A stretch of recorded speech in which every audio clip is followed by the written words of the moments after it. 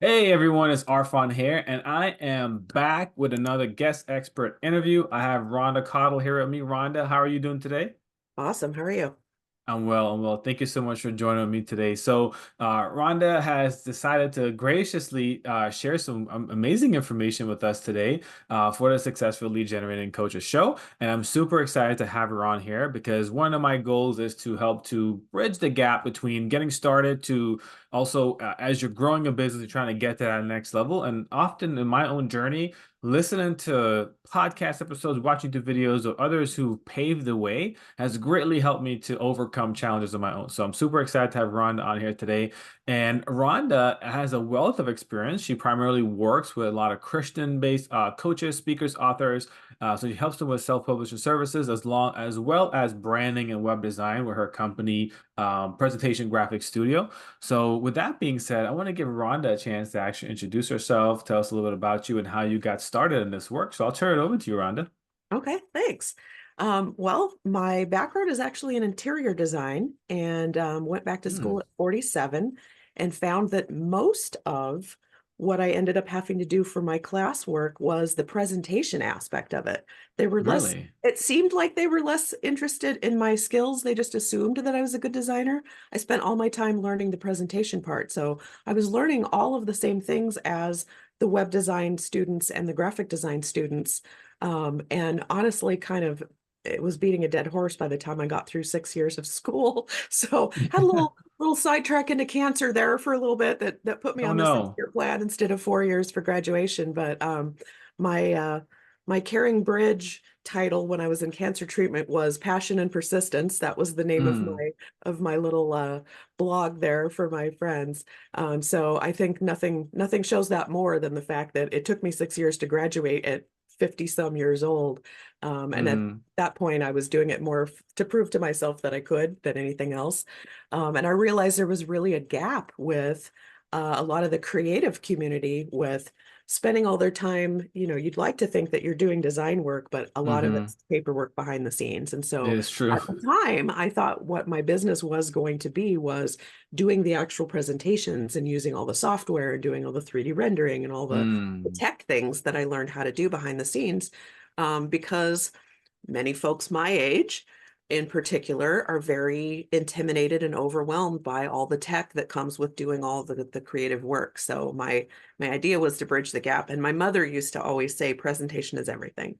So mm-hmm. that seemed like a natural fit. And it's taken on several meanings as I've grown myself. So my heart is Gotcha. still in getting other people's messages out there in the best possible way, putting your best foot forward, making sure that you have a good first impression with your website, all of those things, and just I keeping your love that. messaging on point. So, I love that. And that if anyone's listening and you hear the word Caring Bridge and you've never interacted with that before, I recently learned about that because a friend of mine, unfortunately, they're going through that. So it's actually a really great platform to be able to keep up with what's going on without having to also text or call every single 5 seconds oh, and it was things like such a that. relief. So Yeah. yeah, it was great Yeah. to be able to send it to mass. So I really appreciate those updates because it really keeps me in the loop and it can feel like you're giving support in a way that I felt like maybe in the past it wasn't possible, or a lot of Yeah. people are going through things alone. So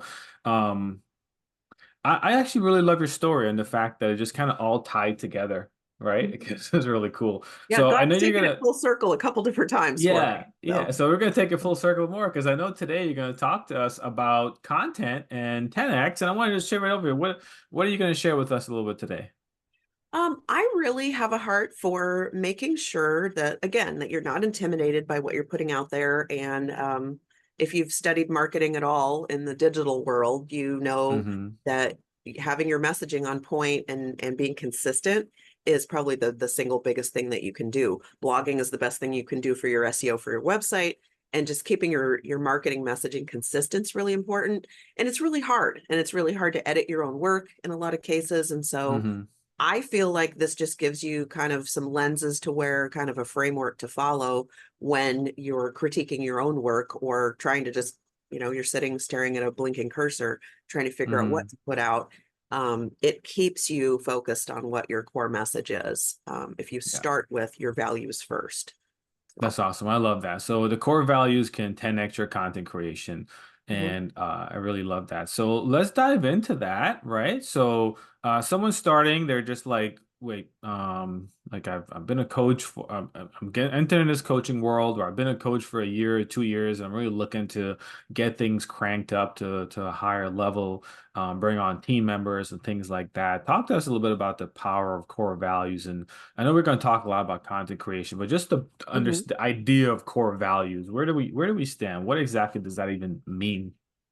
Well, first of all, one of the first things that just stabs me in the heart is when someone says, "Oh, I'm not creative," or I'm not this," or "I'm not that." Well, Yeah. no, everybody is. Everybody is. If you're an entrepreneur, you have incredible personal characteristics that other people are not born with in a lot of cases. I feel like again, especially kind of reinventing yourself later in life, you really have to go back to that. So if Hmm. you go through the Simon Sinek, find your why, you've done any of those ideal client avatar exercises that you get from anybody that talks about marketing, it's super, Yeah. super important to know who your audience is, but it's also really important to know who you are and really own that and be Hmm. bold and get some visibility and be unapologetic about it and put yourself out there and just really trust that that is what is going to connect with the right people. You're not looking for every client. You're not really in a lot of cases looking for that ideal client because I don't know if that person exists,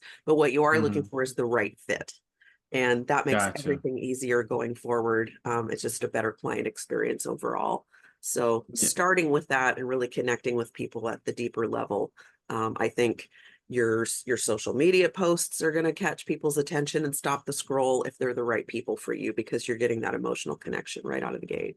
No, that's super important. That's so super important because there's a lot of times, but it could be where I look at someone or I talk to someone and just kind of haphazardly putting things up versus operating through that lens of this is who I am. This is not just my brand, but these are my values incorporated with my brand and Exactly. creating a cohesive. So where does someone start to analyze what they've been doing? Where do they begin with this? I always tell people to figure out what your gifts are. And that's back to that, like, oh, I don't have this, I don't have that. No, God gifted you with something that is different than everyone else. And partly that's your experiences that you've had and Mm-hmm. your aptitudes. Those Mm-hmm. things don't change over time. Your character does not change over time. The things that you're interested in the moment might, Mm-hmm. but the core of who you are really doesn't. So it just takes some time to sit and really reflect. And I like to do the exercise where you ask yourself why 7 times. I've Seven never really times. had to go past five before I was really emotional about it. Like, oh, okay, I get it now. I've gotten to the heart of this.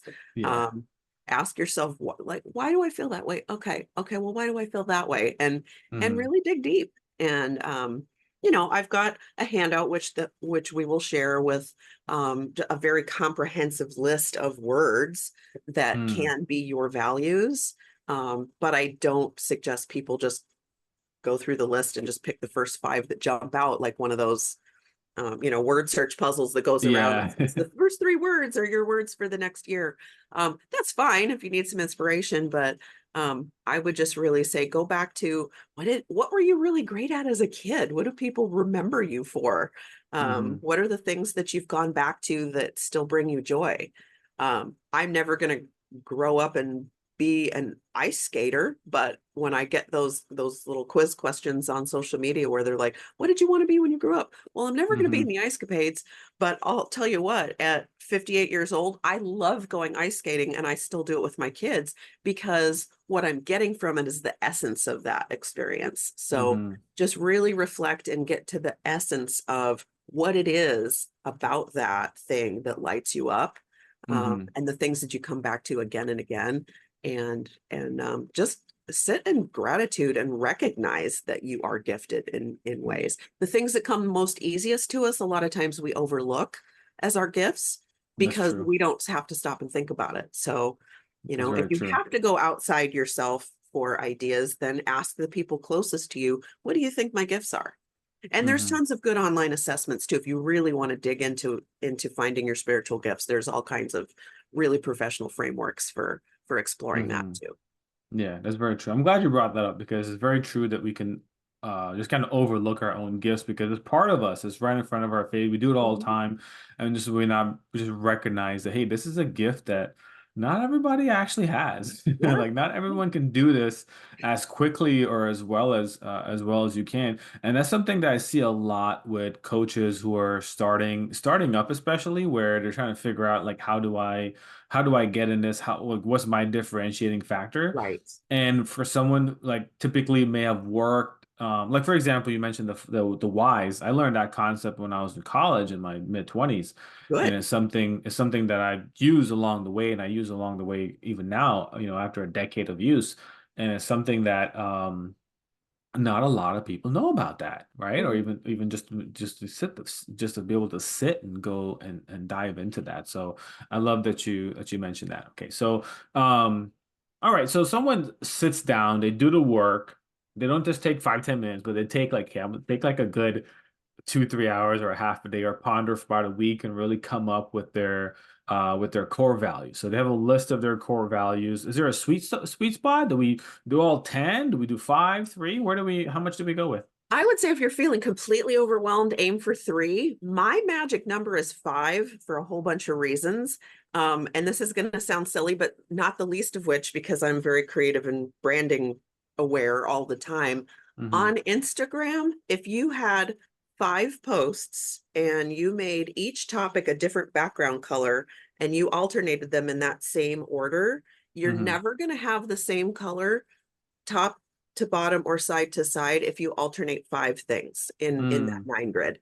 Mathematically, Oh, it just works out and yeah. it looks random, but it's also very balanced and it's very aesthetically pleasing. There's also 5 weekdays in a week. So if you Yeah. were only going to post about your business and you were going to do different things, it's also mathematically really easy to divide up so that if you sit down with a content calendar and you say, okay, you're really only supposed to be promoting 20% of the time. Oh, that's easy. That's 1 day out of every five. So your other Yeah. 4 days need to be entertain, engage, educate, inspire, and then Hmm. promote Hmm. in Then whatever promote. order Yeah. you want to do. So it's just Yeah. five's the magic number for me. Well, that's probably the strongest case of the number five I've ever heard in my entire life. So I spend a lot of time thinking about this stuff. yeah. So five, that's definitely a Five great. is I perfect. would yeah, I would say that's why I toss five out too as well, because I'm like 10 is just so much. But five is definitely a great one to go with because you can Yeah. really hone in on that. If anyone's ever taken the Clifton Strengths, they focus really on, Oh, hey, yeah. do your five first before you go Hmm. into the 10 or anything above that, because it Yeah. takes a lot of time to gain mastery of those five, even Yeah. though we're already masters of it, in my opinion. It's one of those things where we really look at the balcony and the basement of it all. We can take some Yeah. time for it. So, Well, and the point um, of the exercise is to focus your attention. So I feel like any more than that, and then you're starting to kind of scatter or you're kind mhm. of repeating some of it. So, Okay. All right. So we sat there, we got our five, we got our five mhm, values. Where do we mhm. take this now? So now we have our five values on a paper, and how do we apply this now to our business that we're currently building or have been building? Well, I didn't intend for it to lead into it, but so if you're creating content and you do follow educate, entertain, inspire, if you do that and you're sitting down to plan things out, you can start with your values and really sit and figure out where that dovetails with your differentiation factor. Like, what about you is unique? How can you Mm, share those stories? hmm. Um, what do you want to be sharing on social or putting out on LinkedIn as an article or some long form content? Um, and if you're doing long form content, it's great to actually have five topics in a long form post. Also, Yeah. mathematically works out really nice for you to chop it up and repurpose it for other things. Hmm. Um, so it's just a matter of, again, just using that as either a funnel or kind of lenses when you sit down and say, okay, how am I living those values out in my business? And then what does that look like in terms of the things that I want to talk about? So Mm, for example, my five are creativity, energy and enthusiasm. I kind of group those together, lifelong hmm. learning, generosity, and faith. And I talk about my faith a lot because that's an important component of how I differentiate myself. I do Hmm. prefer to try and support other Christian entrepreneurs because that's just my thing. Um, Yeah. and where that translates into, in fact, my newsletter is called the Friday Five because I just do that. So I talk about business and marketing, design, the web, my faith, and productivity. Because I'm Mm, also probably undiagnosed adult ADHD, so I spend a lot of time really looking at ways to maximize my time and to be productive. Partly because I feel like it's an act of worship if we steward our time well as well. hmm. So Absolutely. that kind of Absolutely. dovetails with everything else that I want to do. Um, and honestly, I have so much creative energy and so many things I want to accomplish with what time I have left on the earth. It's very important to me to maximize my time that way too. So I have topics that I am excited about talking about for each of those particular topics, but they Hmm. all are definitely through the lens of something else. Like when I'm talking about design, it's because I'm excited about somebody's creativity or Hmm. the generosity aspect of it. Like, hey, this person's giving back and has a really creative giving back program, something like that. And then the lifelong learning is an easy one to try and inspire people to just always be open to new things and not be intimidated and just sit in the gratitude with the tech that we have that came out of someone's brain and their heart, and they genuinely Hmm. want you to use it and they want to make the world a better place and make your life easier. So the next time you're sitting on the help desk chat and you're frustrated, take a moment to be Yeah. thankful that it even exists because Yeah, our lives as absolutely. online entrepreneurs did not look even remotely the same 10 years ago. So No way. it's Yeah. actually amazing. So stop being intimidated by it and embrace it. You had to learn how to use the last remote control that you got with the last device that you bought, and you grumbled Yeah. about it, but you figured it out, and then you realized that all the new features were better than the last one you had, and then you never looked back. So Hmm. all of the tech that we use for our businesses and in our marketing and our systems and our funnels and all that can be the same way. Yeah, If I embrace can it. learn it, anyone Embrace can. the tech. Yeah. Yeah. Yeah, Embrace the tech. The tech is super exactly. important, like especially embracing it because it's something that makes our life easier. Like even It taking the does. time to understand and learn how to use AI in the business and all the different type of funnel builders and all that stuff goes a very far way. As someone who does a lot of advertising, we heavily rely on those tech pieces being in place Yeah. because typically when someone's going to do it, they come to me last. It's like, hey, I got my Yeah, entire funnel, all this is built out, and I want to advertise. And one of the first things I do is I audit the actual platforms to make sure that we can track because exactly. we can be the best advertiser in the world. If I can't track, I can get you no results. So it's one of Yeah. those things where we got to make sure it all. I don't build a website unless we do the strategy and the branding first. Because what's the point? What's your Exactly, goal? What are you trying to do? And exactly, then what exactly. tools do we need to get you there? Let's Hmm. streamline it to it so that it's the smallest number of paid tools that we need to get you where you need to go.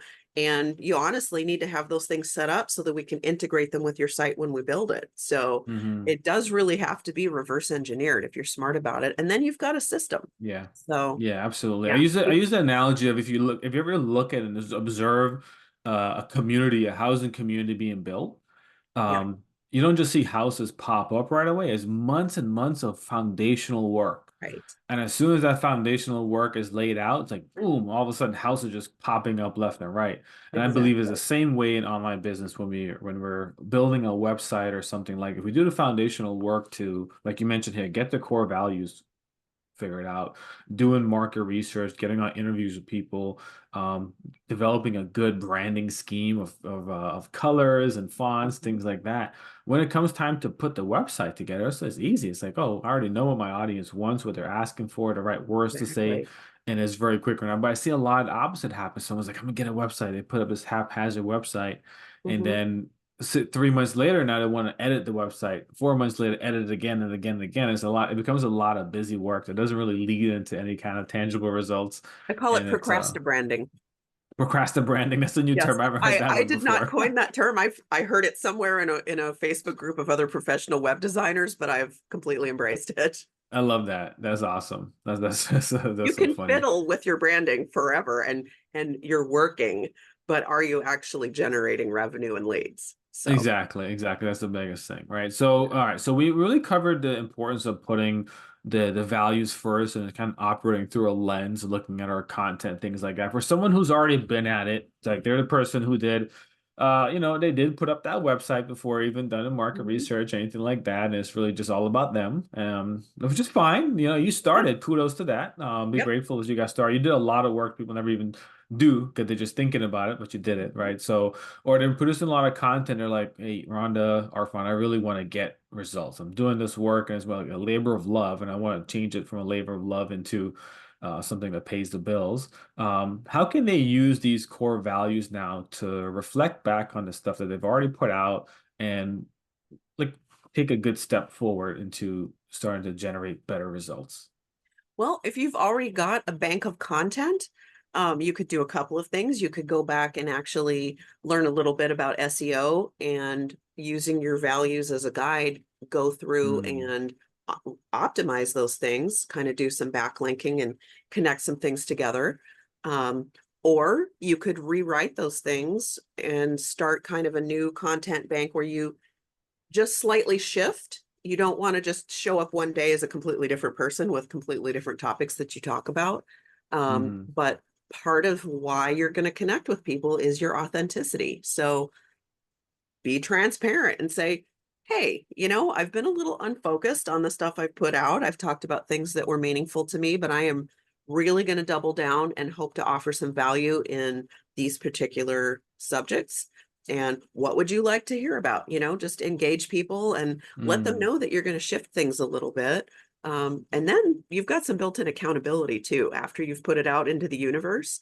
But I Yeah. also find that the more outspoken you are about what those topics are, the more opportunities open to doors start to open when things align because Yes. you have said Yes. this is what's important to me, and then you know Mhm. the opportunities start to line up. So I've definitely seen that in my own work.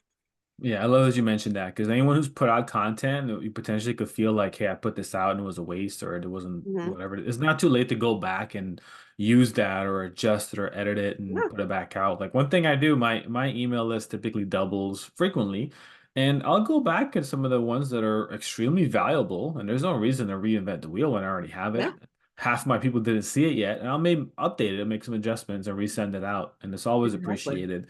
And it's never anyone that's like, hey, you put this out, you said the same thing 6 months ago. No one's ever said that. It's always like, hey, thanks for sharing this. Is Exactly. really valuable. So Yeah, it's never too late to go statistically, back and it's change it. very improbable that anybody, like, of all the things that people are going to email you about and call you out Yeah. on, that's probably not going to be it. So, the Yeah. other thing No, I would that's say is awesome. super important too. I just had a thought before I wanted to lose it. One of the things that I feel is really important, especially in your website messaging, but probably all your marketing messaging, well, not probably, in all of your marketing messaging, what's important is for you, again, not to talk about yourself like on your about page and it's literally all about you. Your about Mm-hmm. page on your website's never about you. It's about what results you can get for them. Mm. I heard Mm-hmm. somebody really smart the other day on a podcast. Actually, it might have been a TEDx talk that he did. And he said there's two things that people come to your website for. They want to find out, are you good at what you do? And can Mm-hmm. you do it for them too? Mm. And that sounds overly Gotcha. simplified, but it actually has a lot of depth to it. It's about the transformation that you offer. That's what you're selling. So, Mm-hmm. for example, I'm doing a website design right now for a lady who is a professional baker and she wants to do an online course, and so that's why we're building the website, but she also does like in-person classes and stuff like that.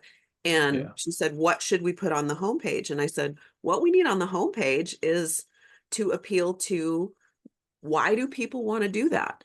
It's not Mm-hmm. because they want to learn to bake cookies. It's because they want to be the best entertainer on the block. They want bragging rights. Mm. They don't feel like they're creative and they feel like they really want some, like you'd be the perfect professional to learn from, that you'd be approachable and they wouldn't feel stupid and they would learn how to do it and they could express themselves creatively and have that as an outlet. And then Mm-hmm. there's the people that just want something interesting and fun to do with their girlfriends and it's just kind of a one-off thing for them. All of those things are aspirational goals of those particular people. And Mm-hmm. how are you going to get them there? And that's what we speak to. It's not about Mm-hmm. cookies. The No. website's not Yeah. about cookies. I got to do a lot of really cute little graphics with little KitchenAid mixers and little sprinkles, but it's not about cookies. It's about Yeah. inspiring somebody to try something new and have fun and be creative and express themselves Yeah. Go and enjoy deeper. entertaining. Yeah, go deeper. I love you. I love you mentioned that because I obviously, like I mentioned, I do advertising, and we create campaigns around these things, and Mhm. the same concept there. So I work with a client, and it's a more of a hobby niche, so it's teaching people how to do create canvases, but we don't ever, Right. say that like, hey, this is how you create this, whatever it is. Always like one of the ones we do during the holidays is take the hook of create gift worthy being we have to create the gift worthy. I forget the exact type off the top of my head, but it worked so well. And it was like we scaled that to one of the highest Right. levels we've ever had because it was so high. It was like, yeah, this is what they want to do. They want to be able to actually make these hand-created gifts to give to Exactly. their grandchildren and their family and to have Yeah. something that's lasting and memorable. And it did really well. So Yeah. And from it that lens, circles the back messaging is to important. it's about the why again. It's about their Mm, why. So you yeah. have to know yours and you have to know your potential clients. And I find that's incredibly important in the coaching arena because as a Yeah, coach, absolutely. what you're selling is your ability to get someone through a transformation.